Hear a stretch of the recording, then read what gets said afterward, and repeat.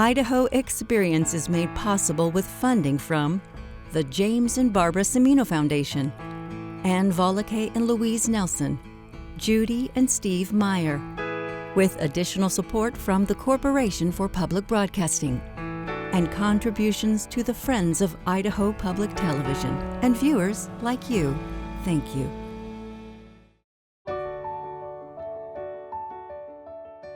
What if Idaho had a Mount Rushmore, honoring the state's greatest elected leaders? There's really four what I would call iconic political figures in Idaho. And surprisingly, two of them are Democrats, two of them are Republicans. But I think most people would be able to name them. William Borah, Frank Church, Jim McClure, Cecil Andrus. Many Idahoans wouldn't recognize the face of Jim McClure, even though he was one of the most powerful members of the United States Senate.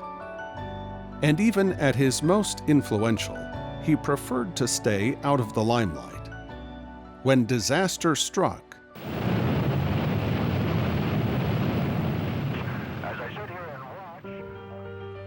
Jim McClure would put on his work jeans. No announcements, no fanfare, just said, "Where can you put me to work?" There's two kinds of senators. One kind is the senator that always stands in front of the camera, and the other one is in the background, reading the material, learning the job, doing the work, and Dad was very much of that. You know, very gracious, humble man, but very intelligent, very thoughtful, very thorough. You know, he was true to himself and to his family and true to the people of Idaho.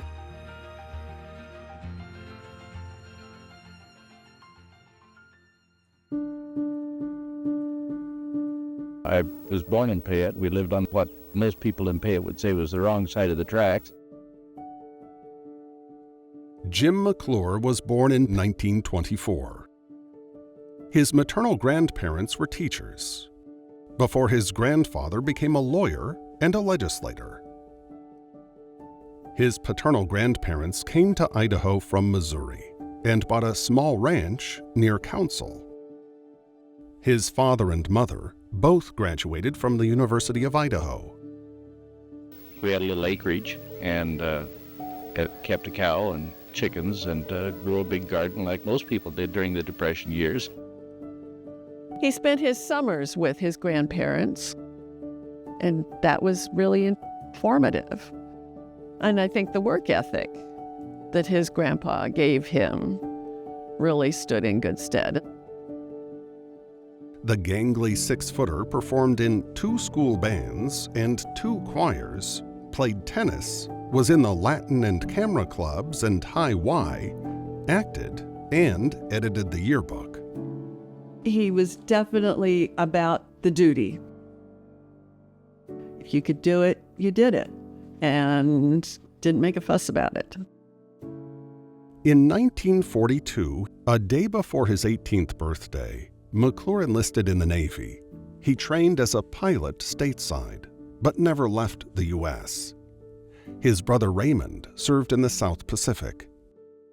Brother Bob died in flight training shortly before the end of World War II. The plane crashed, and he was the only one on board who died. The oldest brother, first son. My grandmother, at least, never got over it, really. My mother was a very strong-willed person, a very strongly religious person. And she, throughout all of her life, knew that there were values that were worth dying for as well as worth living by. And we felt that way about the war. After the war, McClure enrolled at U of I's law school.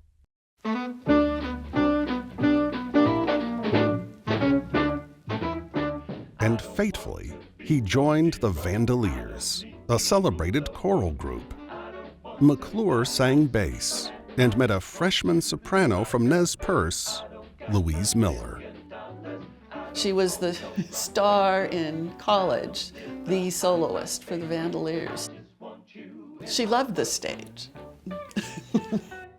He didn't.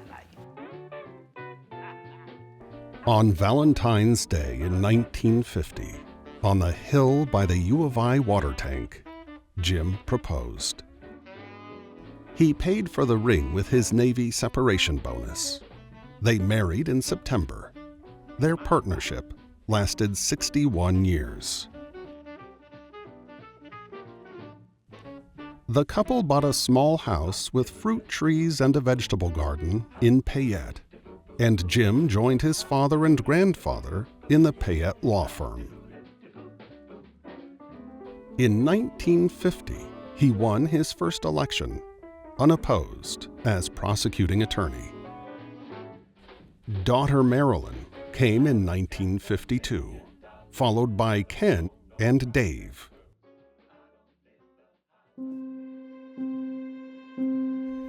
In 1960, Jim challenged a hard-drinking incumbent state senator in the Republican primary.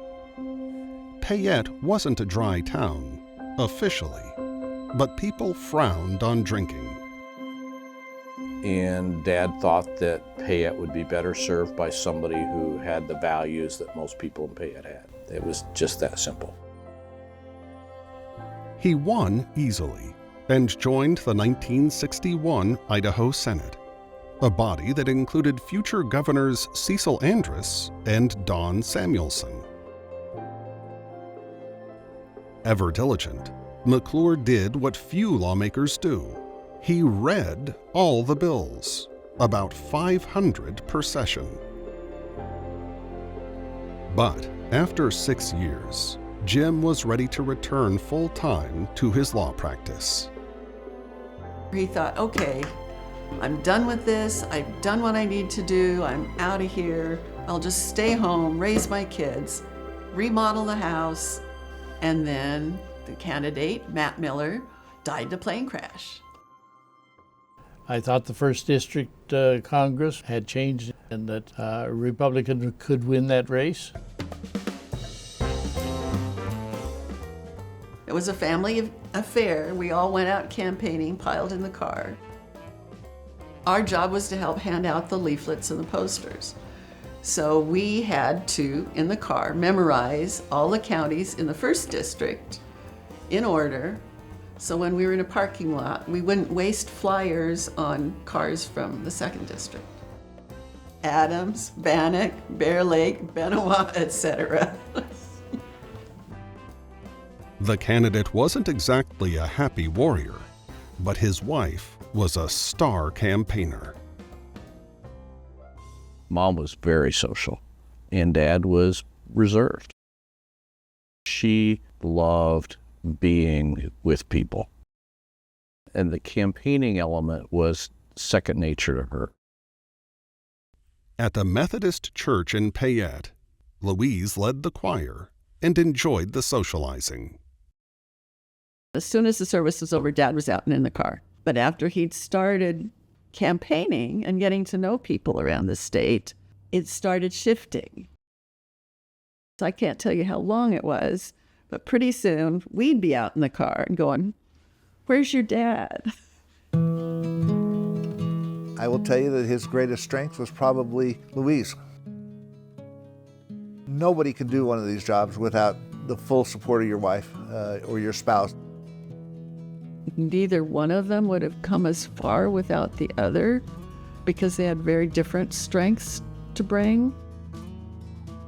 Dad would be very thoughtful and substantive, and Mom would be shaking hands and visiting, or occasionally taking somebody aside and reading them the riot act. After winning election to Congress in 1966, the McClures moved to Washington, D.C., enrolling Marilyn, Ken, and Dave in school in Arlington, Virginia. The demand for exacting work and expertise ramped up, especially for staffers who had to brief the congressman. The senator appreciated the briefing, but the senator always had one or two questions that a staff member hadn't thought of. We'd hang out outside and see what happens. And they'd come out sweating. He was scary smart and knew the rules. And he learned all the rules, inside and out.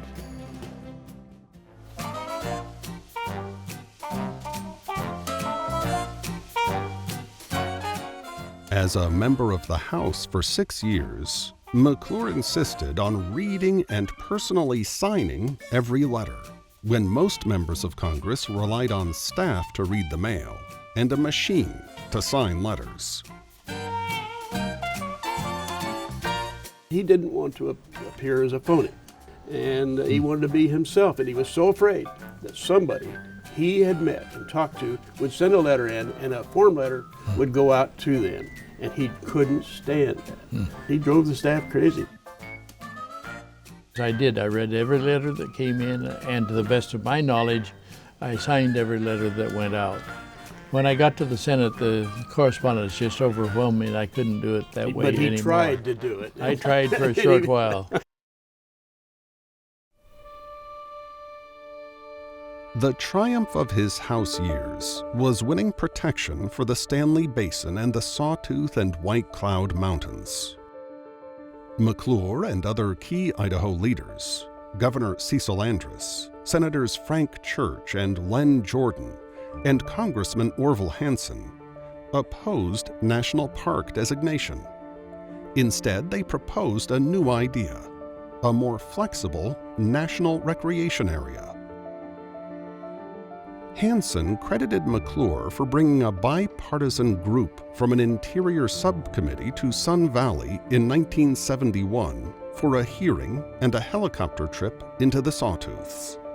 And he joined my bill. He joined as a co-sponsor of my bill when he finally did that and told the chairman, we'd like to have hearings and move this forward.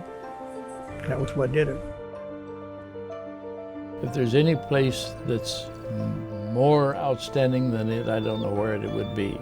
So the argument really wasn't whether it ought to be preserved. It was a question of how to do it.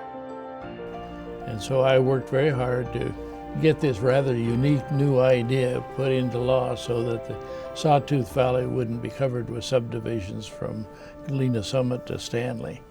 And fortunately, the law has worked. Meanwhile, McClure set about making himself an expert on energy policy. Troubled by U.S. reliance on imported oil, he invented the House Republican Task Force on Energy, chairing hearings in 1971 and 72. He drove electric cars and bought an electric campaign van. Nobody else said, hey, we got to do this. Dad did it.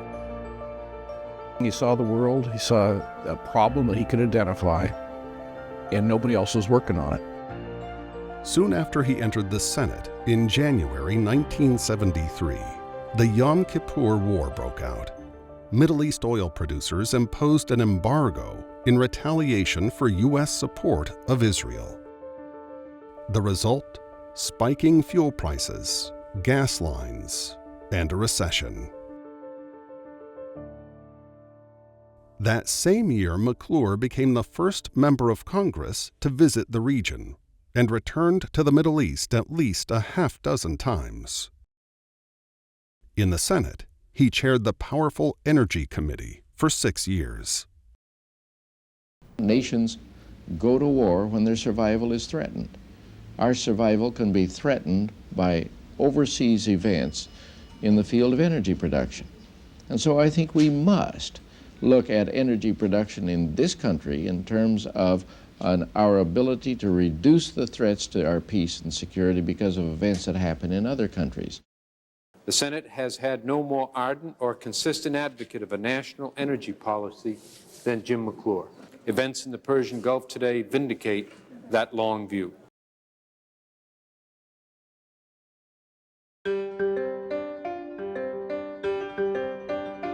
McClure used his power as committee chairman and senior member of the Appropriations Committee to shift the Department of Energy's battery research from California to Idaho.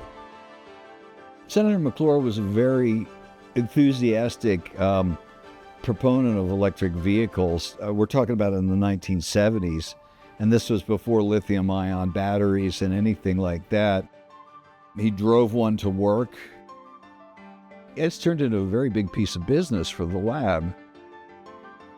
Congressman Mike Simpson now chairs the House Appropriations Subcommittee overseeing INL, which still brings billions of dollars to Idaho for research on energy, nuclear power, and cybersecurity.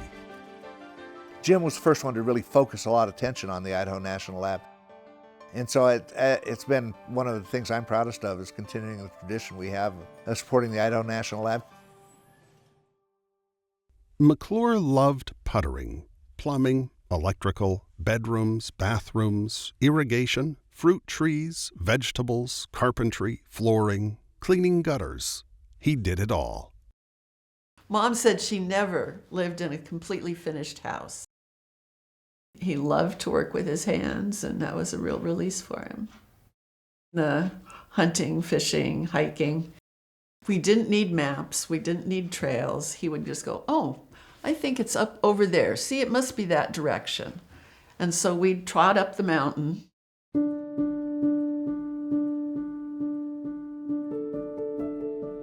The do-it-yourself ethic included cars. His old Mustang's gear shift knob was a screwdriver, and he insisted on changing flat tires even when wearing his suit on the way to a speaking engagement.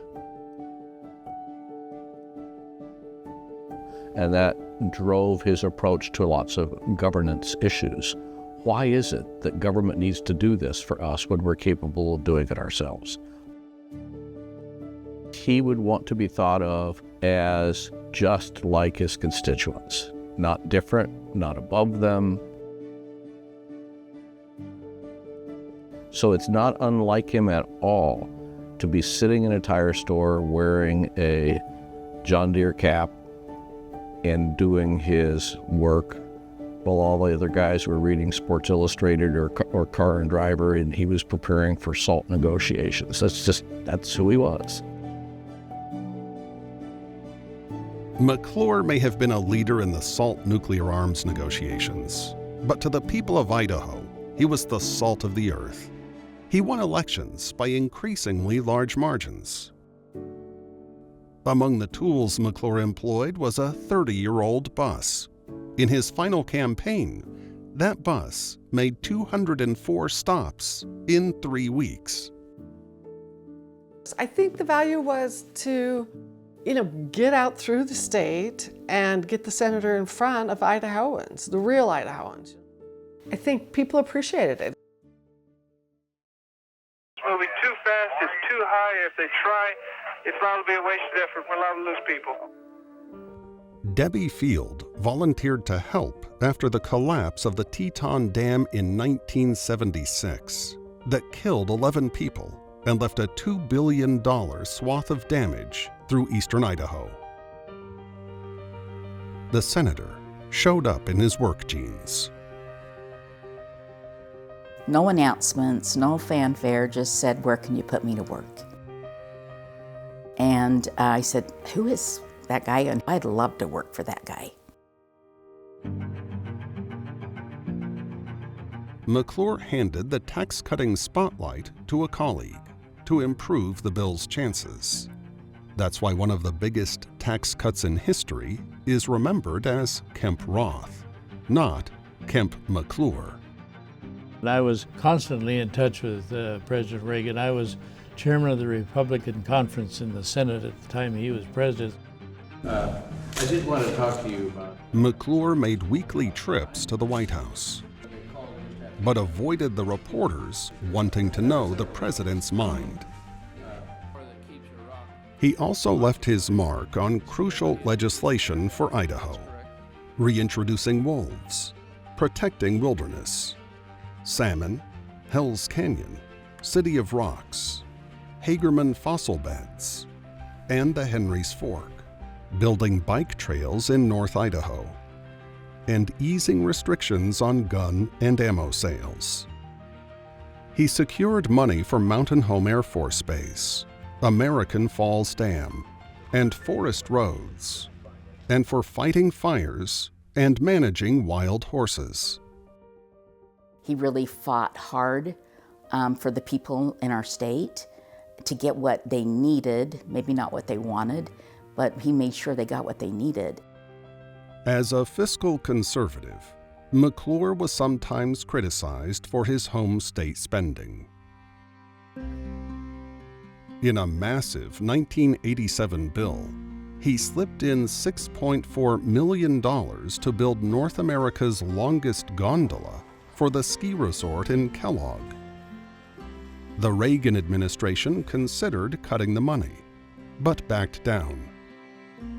It is heartwarming today to see what a difference that's made to that community. And I'm not ashamed of what I did. Through it all was the partnership with Louise. The couple that met as singers at the U of I became powerful national advocates for the arts. Their marriage and partnership began in the arts. Their marriage and partnership lasted decades. And as is true with most original creations, you don't know what you're creating at the time. Jim McClure sat on the boards of both the Kennedy Center for the Arts and the Smithsonian. At Louise McClure's urging, the Smithsonian staged an exhibit for works by Idaho artists in 1983 to 84. When a scandal over sacrilegious art threatened the National Endowment for the Arts, Louise McClure went to Senator Jesse Helms, who was urging his Senate colleagues to stop funding for the NEA. And Jesse Helms showing the pictures in the cloakroom immediately got the reaction he was looking for. Jesse Helms had this budget item in his crosshairs. It was all but done. And she was able to cajole him to give it a couple more years to see if they could turn it around. Because Jesse Helms, gentleman from North Carolina, very conservative, could not look Mom in the eye and say, I don't care. President George H.W. Bush appointed Louise to a 6-year term on the National Council of the Arts. George Bush and Jim McClure came to Congress together in 1967. Barbara Bush and Louise were especially close.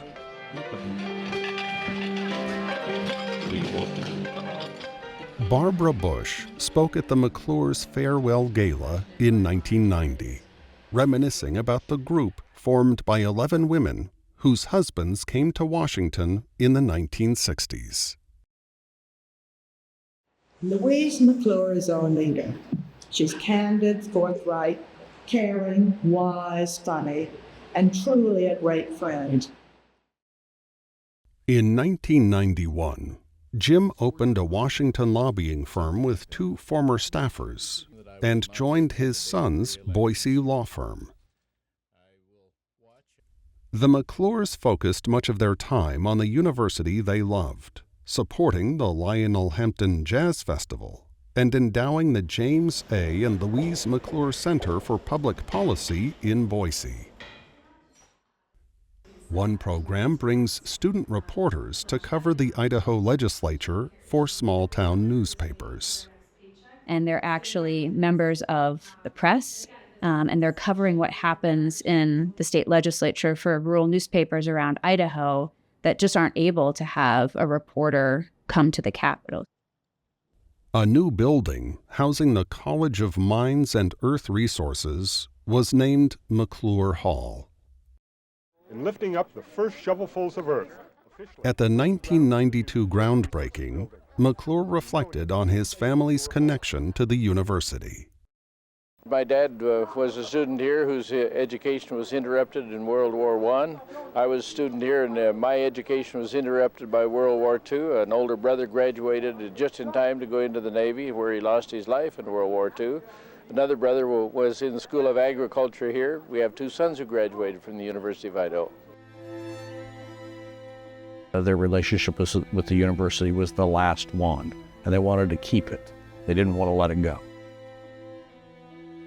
Jim died in 2011. Louise lived another decade, dying at 93 in 2021. I think they were proud of each other.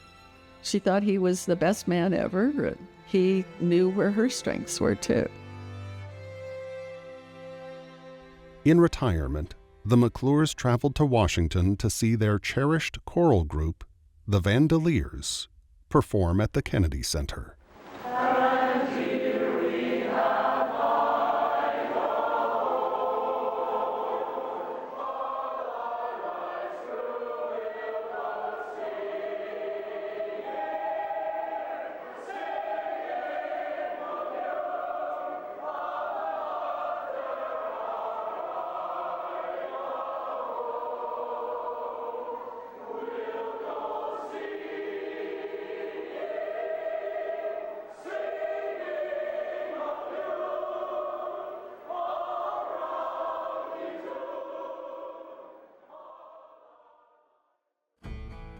Idaho Experience is made possible with funding from the James and Barbara Cimino Foundation, Ann Volokay and Louise Nelson, Judy and Steve Meyer, with additional support from the Corporation for Public Broadcasting, and contributions to the Friends of Idaho Public Television and viewers like you.